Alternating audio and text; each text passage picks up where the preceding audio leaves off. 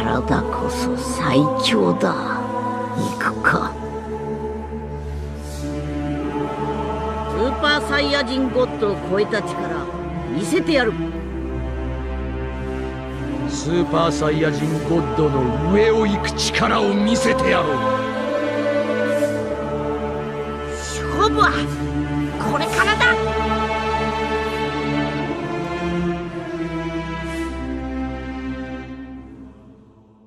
Salut les samouraïs, c'est Ansei et j'espère que vous allez bien. On se retrouve aujourd'hui pour un nouveau point Z. Je vous propose de parler ensemble de l'épisode 112 de Dragon Ball Super. Alors un épisode 112 qui devait prendre la relève derrière 3 épisodes qui étaient vraiment relativement bons, que ce soit l'affrontement Goku-Jiren ou Hit-Jiren. On se doutait un petit peu que cet épisode 112 allait redescendre un petit peu et j'avais pas mal d'appréhension pour cet épisode puisque voilà, il doit prendre la relève de ces 3 derniers épisodes et je me doutais que la tension serait pas la même, la mise en scène serait pas la même. Et j'avais peur que ça redescende peut-être un petit peu trop, qu'on retombe un petit peu dans le DB Super et le tournoi qu'il y avait avant ces affrontements, qui était un petit peu redondant, un petit peu, voilà, je traîne la patte, c'est beaucoup de longueur. Bon, finalement ici, bon, on va pas se mentir, l'introduction de l'épisode, bon, on reprend avec la tension justement qui est palpable avec ce Jiren qui, entre guillemets, se retire du combat et passe en mode méditation, et les différents univers qui restent quand même un peu choqués de ce qu'ils viennent de voir, donc l'affrontement assez incroyable entre Goku et Jiren et la sortie plutôt facile et expéditive de Hit. Et c'était quand même intéressant au début de l'introduction justement de cet épisode de voir un peu les différents points de vue des personnages et surtout de retrouver un petit peu les entre guillemets petits personnages des différents univers qui sont pris dans ce torrent de puissance et qui se demandent un petit peu comment ils vont s'en sortir. On voit d'ailleurs Kale qui commence à être totalement paniqué. Caulifla qui elle reste fidèle à elle-même, c'est une vraie Saiyan qui a plus peur de son propre potentiel que de celui des autres et qui ça motive à fond. C'est une sorte de Goku, on l'aura compris. Bref, la réaction des différents personnages, j'ai beaucoup aimé justement les premières minutes de l'épisode par rapport à ça. Et surtout, ce qui était très intéressant, c'est de voir les stratégies qui se mettent en place sur certains univers, puisque on a un rappel sur le fait que pour gagner le tournoi, c'est pas forcément d'être le plus fort, c'est l'univers qui aura le plus de combattants qui remporte le tournoi. Du coup, il y a plein de petites stratégies et différents univers se disent qu'ils ont peut-être une chance de gagner. Alors le truc c'est qu'il faut sortir encore pas mal de combattants de l'univers 7, puisque pour rappel l'univers 7 pour le moment est largement devant en termes de nombre de combattants, ce qui fait que je m'interroge sur la fin du tournoi, est-ce qu'on va voir peut-être une victoire de l'univers 7, avec une sorte de contre-la-montre en fait, où ils vont gagner in extremis en essayant de se préserver sur le terrain et de se protéger, et donc pas vraiment gagner grâce à une victoire pleine de puissance ou quoi, mais vraiment grâce à la stratégie en survivant au plus grand nombre. Ou est-ce qu'on va avoir un retournement de situation, puisqu'on voit un Zeno qui avait l'air de pas trop avoir compris les règles, et qui semble assez étonné justement de ce potentiel dénouement du tournoi, où c'est l'univers avec le plus de combattants qui remporte le tournoi. On va peut-être avoir un retournement de situation avec le Zeno qui change les règles en disant « Ouais non, en fait, vous continuez à la fin du chrono, voilà, vous continuez, vous vous battez, je sais pas moi, à mort, ou normalement, mais jusqu'à ce qu'il n'en reste plus qu'un, par exemple, ou qu'il ne reste plus qu'un univers avec que ces combattants de cet univers-là en jeu. » On peut imaginer ce genre de choses, en tout cas, je suis très curieux d'avoir votre avis là-dessus, n'hésitez pas à me le donner dans l'espace commentaire.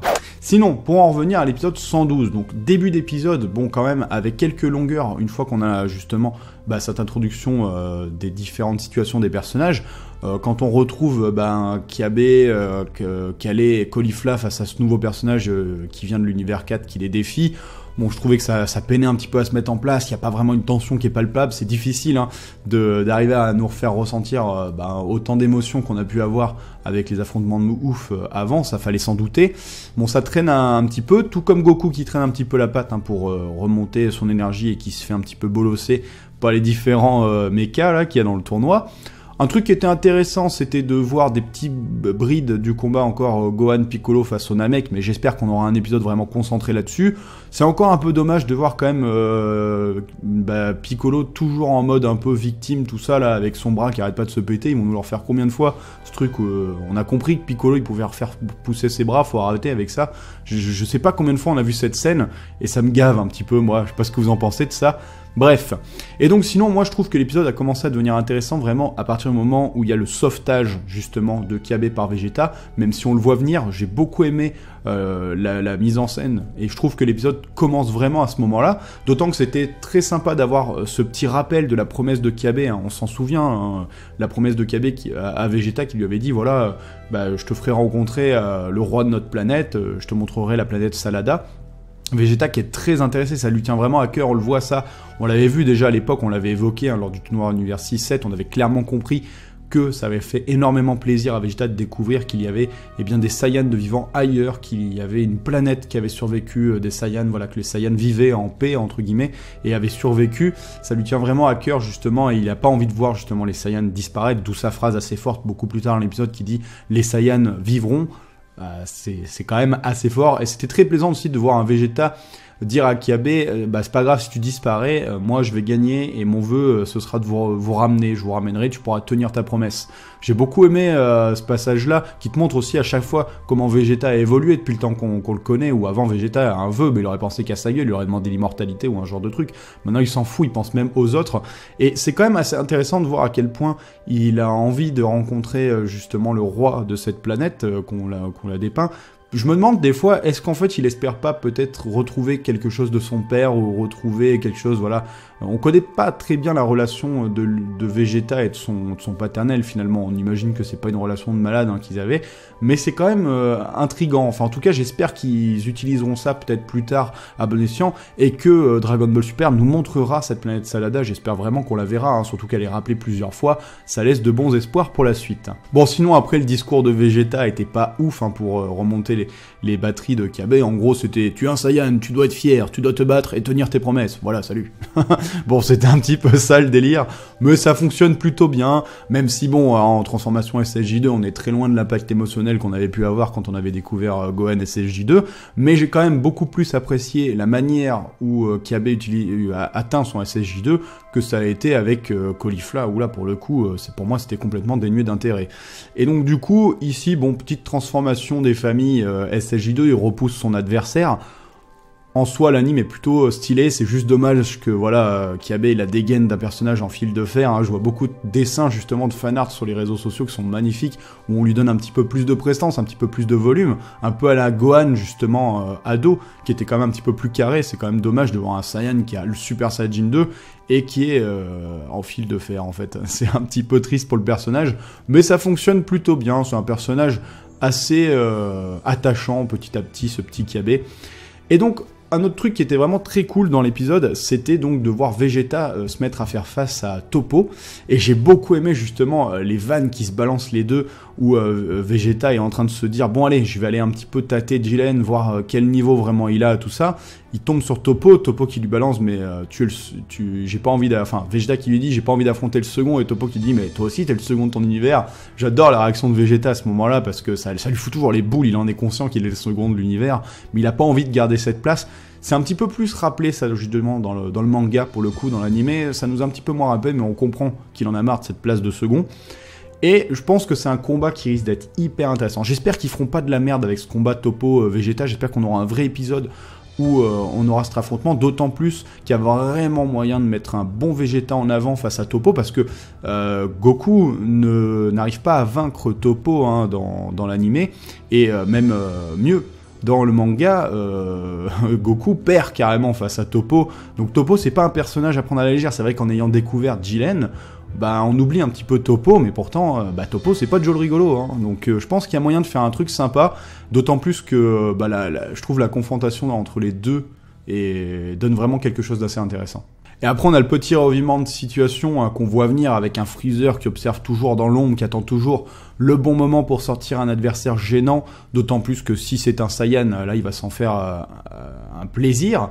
Et bon, la confrontation Kiabe-Freezer, j'avoue, j'aurais aimé peut-être une confrontation moins longue sur ce personnage qui était pas très intéressant de l'univers 4, et une confrontation plus longue entre Kiabe et Freezer. Bon, sauf que là, il y a un gouffre entre les deux quand Freezer passe en Golden, mais il y aurait eu moyen peut-être, je pense, de faire quelque chose justement, un petit Kiabe qui tient tête un petit peu à Golden Freezer et puis qui se fait complètement rétamer. Bon là on n'a pas grand chose finalement, on a un Kiabe qui se fait complètement victimiser par Freezer direct, même si l'impact au niveau de la mise en scène fonctionne je trouve, même s'ils lui font une Gohan à la fin avec les lasers et tout, j'ai pas pu m'empêcher de me rappeler de cette vieille scène avec Gohan hein, dans l'arc Résurrection de Freezer mais de l'animé, c'était bien dommage. Et bon, ça fait bizarre de voir Kiabe prendre des lasers sans être transpercé de partout. Normalement, c'est ça Freezer. C'était un petit peu dommage ce côté censuré de la scène. Du coup, ça casse un petit peu, je trouve, l'impact. Même si c'était quand même un plaisir à chaque fois ces petites scènes avec Golden Freezer, je les apprécie beaucoup parce que je trouve la forme de Golden Freezer très réussie dans l'animé, au niveau des couleurs, tout ça, de la mise en scène derrière la fumée et tout. J'ai bien aimé. Et bon, bah, Kiabe qui se fait sortir comme ça a été assez rapide. Et d'un côté, c'est aussi un petit peu rassurant de voir tout ça bouger vite et des personnages comme ça sortir maintenant. Parce qu'on se dit, là, on est vraiment passé dans une autre phase du tournoi, les choses vont beaucoup plus vite. Les personnages prennent pas leur temps et maintenant il faut dégager masse de monde. Donc je pense que les choses vont continuer à s'accélérer et du coup on a quand même des combats qui commencent à se mettre en place qui risquent d'être fort intéressants. Pareil, il y a la scène après qui s'enchaîne que j'ai adoré, je sais pas ce que vous en avez pensé, qui est toute bête, mais vraiment toute bête, mais j'adore ces scènes où c'est Goku bon, qui est lui face à ses 3 mechas, qui voit Vegeta et SSJ Blue près de Toppo, qui va se mettre dos à dos, comme ça ils se mettent dos à dos et ils échangent un petit peu sur le fait, voilà, t'as été Kiabe, que c'est quoi le plan un petit peu, enfin j'adore en fait de les voir comme ça, où Vegeta lui dit les Saiyans doivent survivre et Goku comprend direct, même si je pense que s'ils gagnent, on voit déjà tout de suite le vœu que ferait Goku, forcément ils vont ramener tous les autres univers, ça m'étonnerait qu'ils en ramènent qu'un seul, mais même ces trucs qui se dessinent et qu'on peut voir venir, je trouve quand même qu'au niveau de la mise en scène ça fonctionne quoi. Et j'adore même au niveau de la musique qui à ce moment-là, c'était vraiment très plaisant d'avoir ces petites scènes là. Et après sauvetage de Goku par Caulifla, et donc Caulifla qui lui demande de lui faire face. Pareil, encore un combat là qui risque d'être très intéressant. Donc là on a beaucoup de combats qui vont arriver que je pense qu'ils vont être vraiment intéressants. J'espère juste qu'en termes de mise en scène, ils vont réussir à faire quelque chose de correct, mais que ce soit Vegeta, Toppo, Goku, Caulifla, pour le coup, ça peut être très intéressant. Et derrière, en plus, Gohan et Piccolo en duo face aux Namek, qui ont l'air quand même d'envoyer le steak. Hein. Piccolo est étonné de rencontrer des Namek aussi puissants. Je me dis, voilà, il y a moyen de faire un truc quand même. Petite parenthèse les amis sur un truc que j'ai failli oublier et pourtant qui était hyper intéressant, c'était la révélation du plan de Freezer qui explique en gros qu'il compte remporter le tournoi et utiliser son vœu pour prendre le contrôle des dieux. Alors de quel dieu il parle en l'occurrence? Est-ce qu'il parle des dieux de la destruction et du coup il s'en servirait peut-être soit pour se rebeller contre les anges ou quoi, ou faire ce qu'il veut dans tous les univers, ou est-ce qu'il parle carrément de Zeno?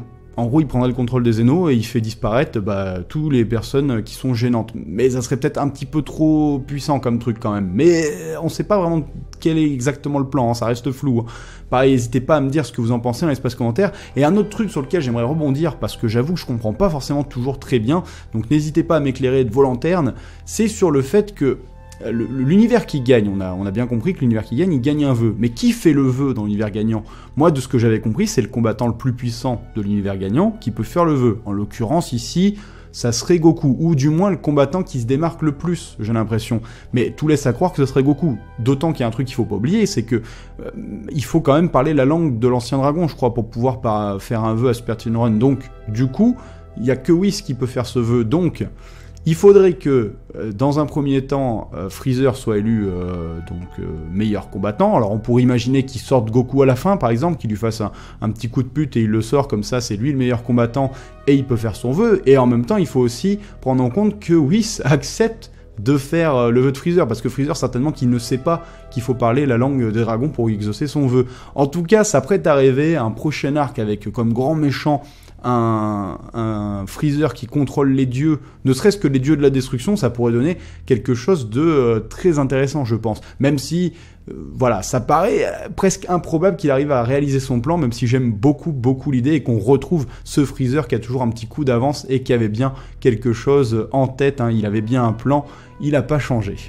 Et maintenant, je vais juste parler un petit peu de la preview, mais juste de ce qu'on voit hein, à la fin de l'épisode, pas des synopsis ou quoi, parce que je ne les regarde plus, hein, je tiens à vous le préciser, donc peut-être que je vais dire des grosses conneries ici, mais la preview, donc c'est sur le prochain épisode qui va parler en gros du combat Goku, Caulifla et Calais, donc un truc qui risque d'être potentiellement intéressant, même si je vous avoue, hein, je suis pas du tout fan de Caulifla et Calais. Caulifla, j'aime beaucoup le chara design et l'état d'esprit du personnage, mais je n'aime pas du tout son évolution qui est bien trop rapide à mes yeux, et puis bon, on va pas remettre le truc des frissons sur le tapis, mais voilà, ça passe pas, moi.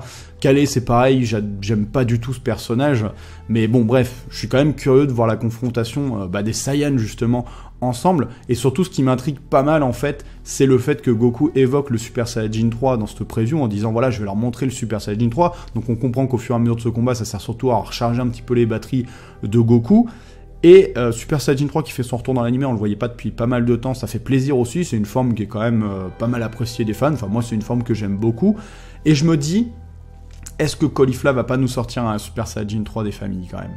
Bon, je trouve que en termes de crédibilité et quoi, toujours son évolution pour moi est bien trop rapide. Et en même temps, il y a la curiosité. J'avoue qu'un personnage féminin officiel avec une transformation de Super Saiyajin 3, je demande à voir. Je demande à voir parce que c'est le genre de truc qu'on a vu que dans les Heroes et tout. Mais c'est vrai qu'après, franchement, je suis sûr ils vont nous le sortir, mais en termes de crédibilité et tout, quand tu sais que Vegeta il a jamais réussi à atteindre ce niveau, quand tu sais que Goku il a passé des années au paradis pour atteindre ce niveau, tu te dis bon, si elle nous le sort, ça fait chelou quand même, hein. Mais en même temps il y a la curiosité. En tout cas pareil, n'hésitez pas à me donner votre avis dans l'espace commentaire. Voilà, et bien c'est tout ce que j'avais à dire sur cet épisode 112. Je sais pas si je vous parlais du 113, tout dépend un petit peu l'épisode, mais comme je vous le dis, je suis quand même assez curieux de le voir, donc il y a de fortes chances qu'on en parle ensemble la semaine prochaine. Et puis d'ici là, je vous souhaite un bon animé, un bon manga, quoi que vous fassiez, et je vous dis à la prochaine, prenez soin de vous, tchuss ça.